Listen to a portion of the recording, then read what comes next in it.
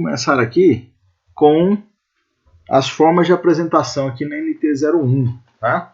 Eu mudei um pouco a ordem da NT para ficar mais fácil da gente entender por temas.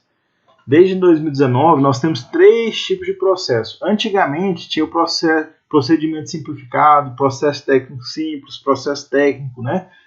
Esqueçam isso aí, a NT01 ela muda muito. Então por isso que às vezes é difícil uma pessoa que já estudou outra matéria aí com ela. Hoje são 3 tipos de processos. E não é procedimento mais, é processo. Processo simplificado, onde vai haver somente conferência de documentação e vai ser emitido o certificado prévio. O processo técnico e o processo técnico para ocupações temporárias. Depois eu vou falar sobre os tipos de certificados, né? Onde vai entrar o certificado provisório. Mas por enquanto, vamos falar desses tipos de processos aqui. O primeiro processo é o processo simplificado, né? O que é isso? Ele libera o exercício de determinada atividade econômica para o estabelecimento, né? Onde o responsável pela edificação vai fornecer algumas informações a respeito da edificação dele, né? E vai se responsabilizar por essas informações que ele está prestando. Então, não existe no processo simplificado análise de projeto e não existe vistoria. A vistoria pode acontecer depois, tá? Nada impede que o Corpo de Bombeiros vá lá verificar as condições daquela edificação e se aquelas informações que foram prestadas são verdadeiras. Então é isso que está falando aí nesse segundo parágrafo. Então, onde que ele é usado? Quais tipos de edificações? Nós vimos que as edificações de risco baixo, elas são isentas de SERCOM, elas não precisam mais apresentar SERCOM, tá? Então, fora aquelas lá que são pequenas, tem menos que 200 metros quadrados, tem carga de incêndio igual ou menor a 300 MJ por metro quadrado, né?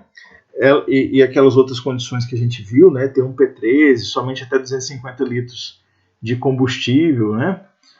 O processo simplificado, ele vai ser aquele que a edificação não pode possuir mais de 3 pavimentos. Então pode ter 3 pavimentos. E da mesma forma lá no baixo risco, não pode possuir abertura para outras edificações adjacentes, né? A população dele tem que ser abaixo de 200 pessoas, né? Lá no risco baixo, que não precisa de SERCOM, era 100, né?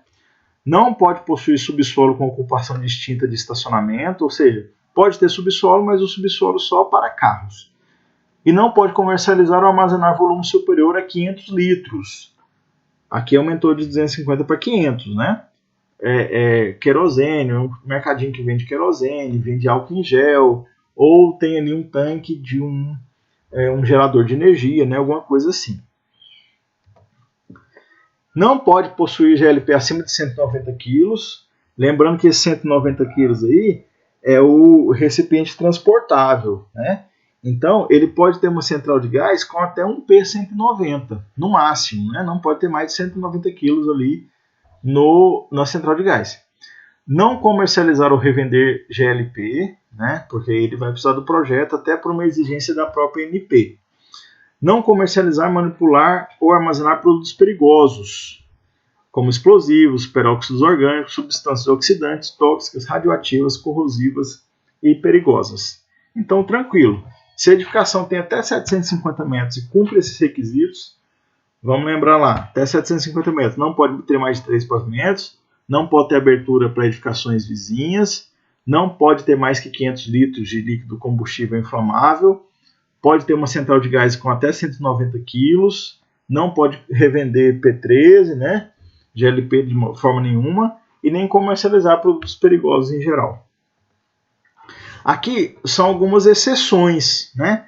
Mesmo as edificações pequenininhas, nesse primeiro parágrafo aí, ó, se você tiver uma edificação até 200 metros quadrados, maior que 200 metros quadrados, classificados na B1, B2, o que é B1, B2? Hotel, motel, pensão, tá? C3, shopping ou galeria de comercial, né? E1, E4, E5 e E6, escolas em geral, tá? E2 e E3 seriam academia, línguas. Academia e escola de línguas, por exemplo, não entra nessas classificações aqui, somente escolas, né, escolas em geral, excetuando essa. F1, F2, F3, F4, F5, F6, até F11 são o quê? As concentrações de público, né? Museu, biblioteca, estádio, ginásio, igreja, restaurante, rodoviária, teatro, boate, zoológico, salão de festas, enfim. Hospitais, que é esse grupo H, H2, H3, H4 e H5, né? E J2, J3, J4 são depósitos, certo? E essas edificações, se tiver mais que 200 metros quadrados, elas precisam ser processo técnico, ou seja, além da vistoria, ela vai precisar provavelmente do projeto. Pode ser que precise do projeto, né? As edificações com área construída que se enquadram nas divisões L1, L2 e L3 e M2. O que é esse L? São explosivos. Um é comércio, outro é fabricação, outro é depósito de explosivos. E M2 seria depósito de líquidos inflamáveis ou gases inflamáveis. Então isso aí, independente da área, do tamanho, pode ser de 50 metros quadrados, 30 metros quadrados, ele precisa passar pelo processo técnico e não pelo processo simplificado, tá bom? Então, hotéis, escolas, concentração de público, né? Salão de festa, boate, restaurante, igreja, hospitais e depósitos, mesmo que tenha menos que 750, mas se tiver mais de 200 metros quadrados, é processo técnico. E depósito de explosivo, comércio de explosivo, né? E líquidos inflamáveis e gases inflamáveis é também processo técnico. Mesmo que seja pequenininho, não enquadra ali no processo simplificado de maneira nenhuma. A solicitação do processo simplificado é feito no site do Corpo de Bombeiros ou no posto de atendimento, né? No caso do nosso quartel ali, na nossa CECIP, tá bom? Mediante pedido formal do proprietário responsável pelo uso, devendo ser anexado o quê? O que o sujeito vai ter que anexar lá no site? A declaração, que é o anexo G, que está lá no nosso site também, preenchido e assinado pelo proprietário. O que ele vai estar declarando nessa declaração? Aquelas informações lá atrás. Minha edificação tem menos que 750 metros, minha edificação não tem abertura para as edificações vizinhas, minha central de gás não tem mais que 190 quilos, eu não tenho explosivos, eu não tenho peróxidos, eu não tenho nenhum outro produto perigoso, né? Minha edificação não é aquela F, não é um hospital, não é... Enfim, né? Todas essas informações que a gente viu, ele vai declarar, já que a gente não vai lá fazer a vistoria. Esse aqui é o modelo da declaração que está lá no anexo, tá? E então ele vai se responsabilizar, vai assinar, vai marcar lá as condições que cabem ali para ele, tá? E aí ele vai marcar isso aí e entregar anexado no processo dele. Ele vai apresentar, além desse anexo G, a nota fiscal de compra ou recarga dos extintores, ou manutenção dos extintores, né? E aí, quantos extintores? Dependendo da área. Se ele tem uma área até 250 metros quadrados, uma unidade extintora. Entre 250 e 500, 2 unidades extintora.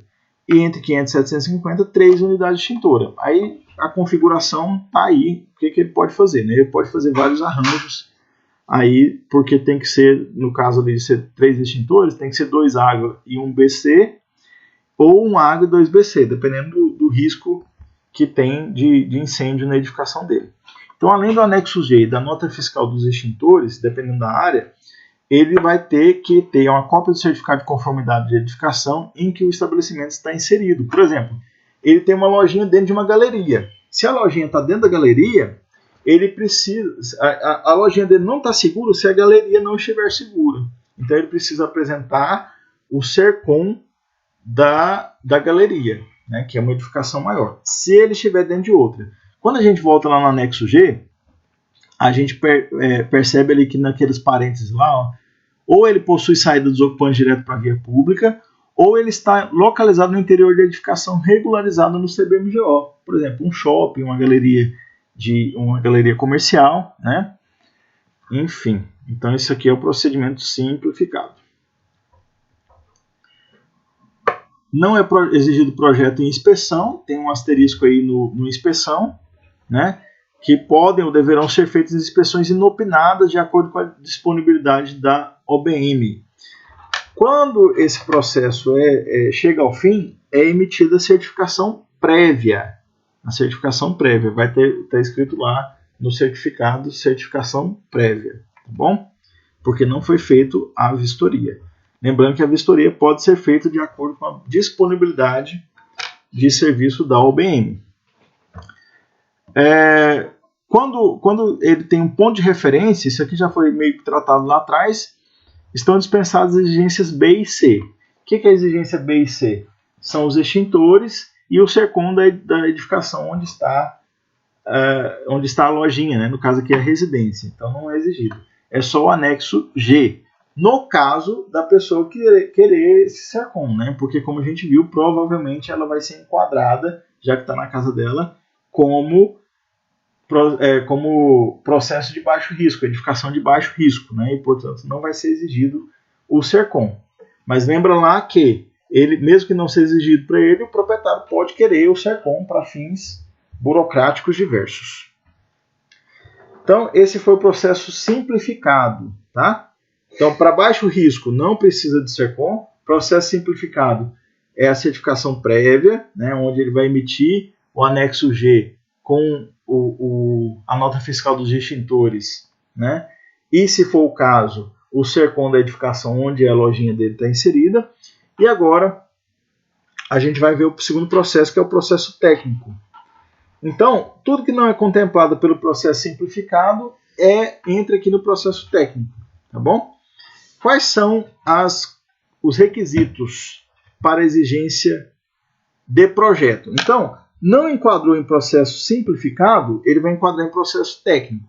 Mas o processo técnico, ele pode ser exigido para ele só inspeção ou inspeção e projeto. Tá? Não enquadrou no simplificado? Inspeção.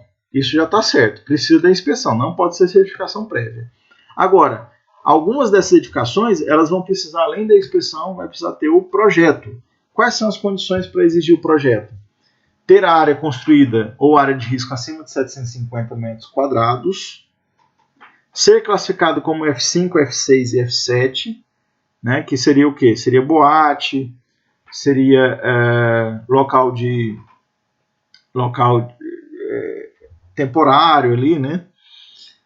Se ele possui acima de 3 pavimentos, se no subsolo, além de ocupação de estacionamento, tiver outra coisa, por exemplo, tiver uma academia debaixo do subsolo lá, né, lá no subsolo, ou tiver um salão de beleza lá no subsolo, ou tiver qualquer outra ocupação no subsolo, aí ele já precisa de projeto, né, independente da área, tá? Se ele tiver menos de 750, aí ele tem alguma coisa lá no subsolo, e ele vai precisar do projeto.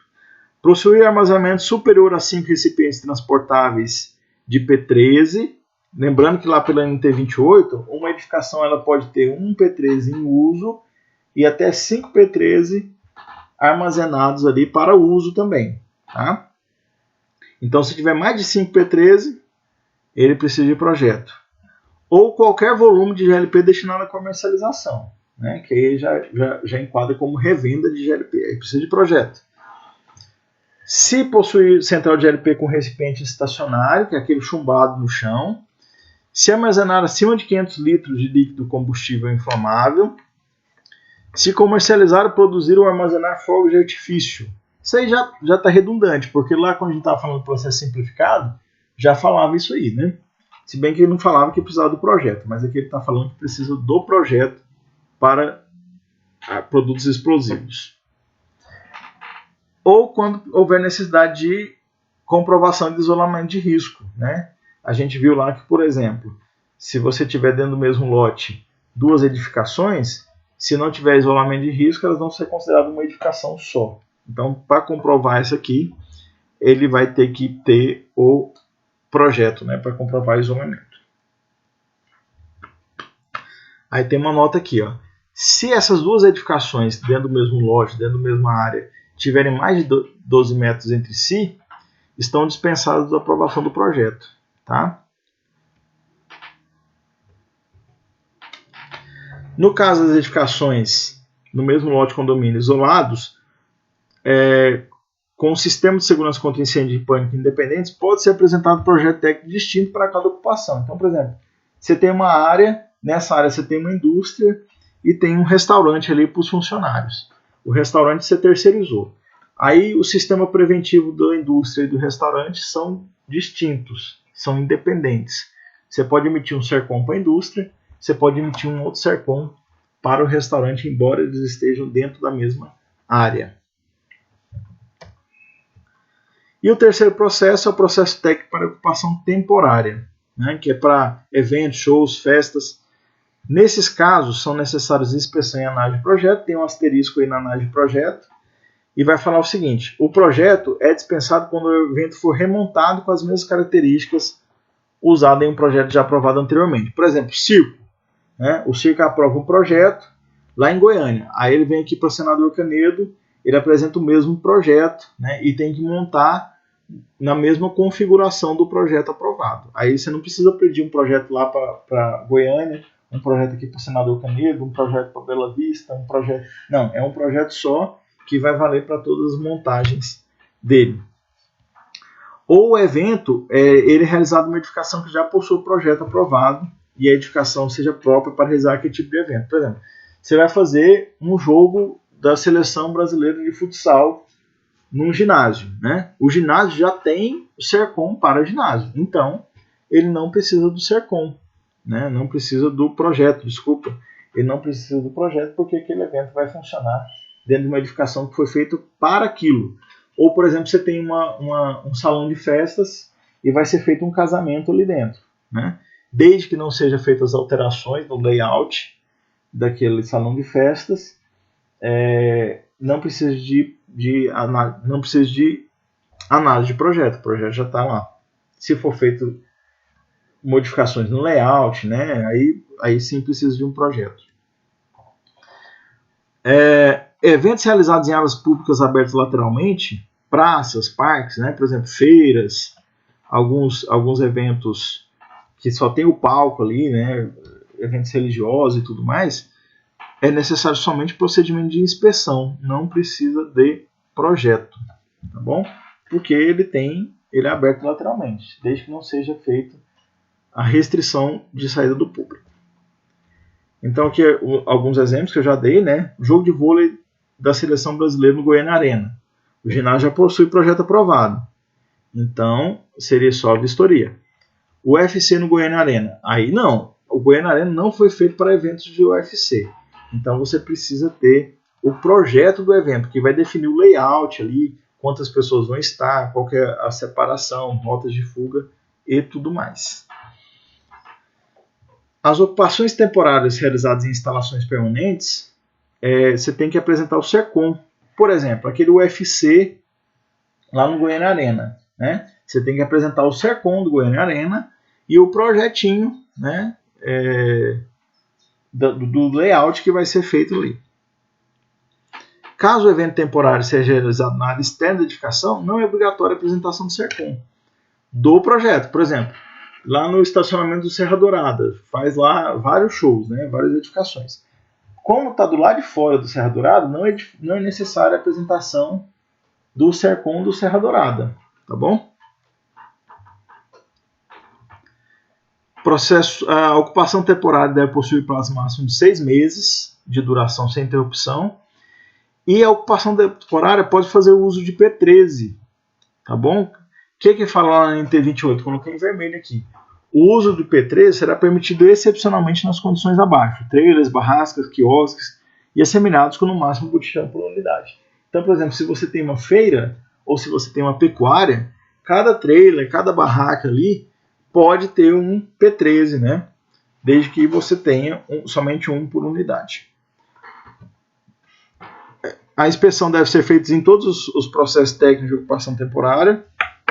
O SERCOM, depois de instalada toda a proteção exigida, deve ser realizada a inspeção e emitido o respectivo SERCOM, se não houver irregularidades. A validade desse SERCOM é de no máximo 6 meses e para o endereço que foi solicitado a inspeção. Por exemplo, vem um circo para cá, ele pode ter um SERCOM de 6 meses. Né?